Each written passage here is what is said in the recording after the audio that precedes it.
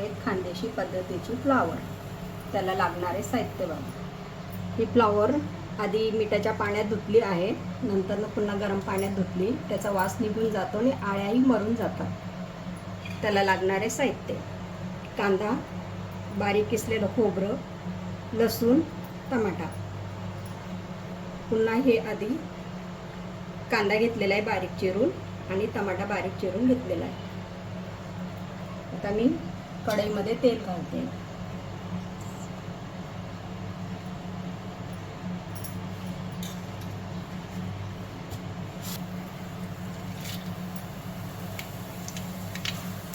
जिरं राई घातलेली आहे आपण. थोडी हिंग घालायची.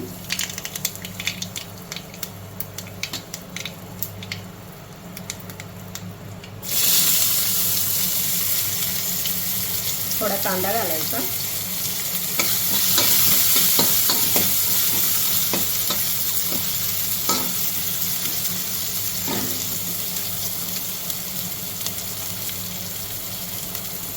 टमाटा,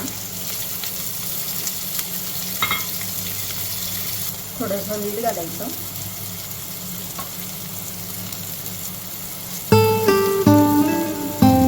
थोडीशी हळद.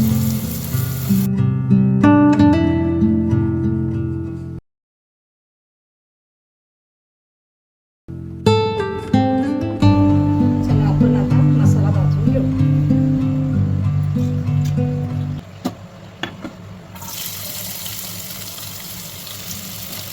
घालू.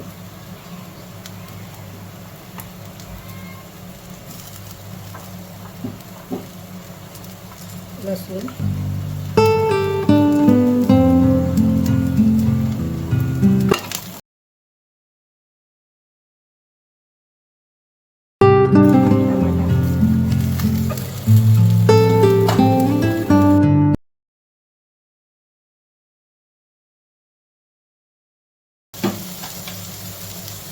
त्याला आपण आता मिक्सरमध्ये दळून घेऊ. मध्ये मध्ये फ्लॉवरची भाजी आपण परतवत राहायची. आपली फ्लॉवर बघा झाली आहे. तर याला आपण फोडणी देऊया. मसाला वाटून ठेवला आहे. गरम मसाला, खानदेशी मसाला. तुमच्याकडे नसेल तर तुम्ही तुमच्या आवडीनुसार भाजीचा मसाला वापरू शकता.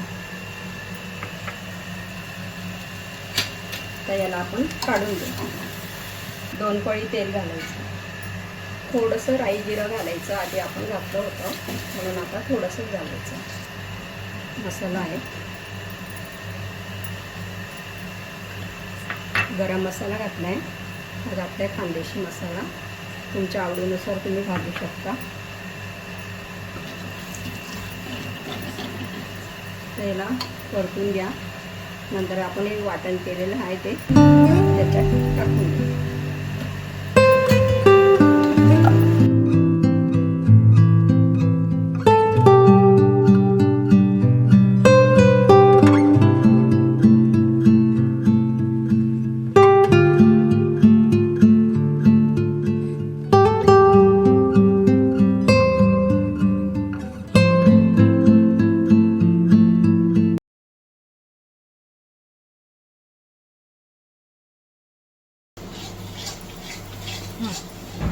मसाला पण छान सुक्का झालेला आहे. खाली लटकस तोपर्यंत आणि वरती थोडं थोडं असं तेल दिसायला लागलं तोपर्यंत भाजायचं. म्हणजे ज्याचा भाजीला वास येत नाही आणि भाजीही टेस्टी लागते. तर आपण याच्यात घालूया फ्लावर.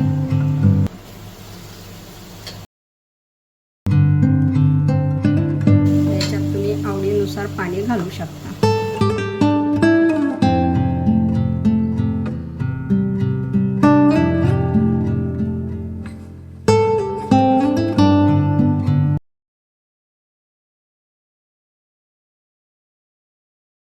खानदेशी फ्लॉवरची भाजी तयार झाली आहे. याच्यात तुम्ही तुमच्या आवडीनुसार तेल घालू शकता. आम्हाला कमी लागतं म्हणून आम्ही कमीच घालतो. छान जास्त तेल घातल्यामुळे छान वरती तरी येते आणि याला चिकनचा स्वाद लागतो. आता आपण याच्यात थोडी कोथिंबीर घालू